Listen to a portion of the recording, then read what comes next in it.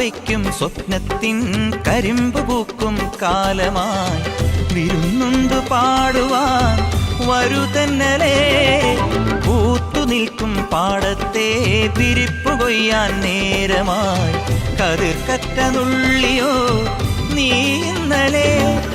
കൈവള ചാർത്തിയ കന്നി നിലാവിനു കോടി കൊടുത്തൊരു രാത്രിയിലന്നൊരിലഞ്ഞി മരത്തണലത്തു കിടന്നൊരു പാടുകടങ്കഥ ചൊല്ലിയ നമ്മുടെ കൊച്ചു പിണക്കവും എത്ര ഇണക്കവും ഇന്നലെ എന്നതുപോലെ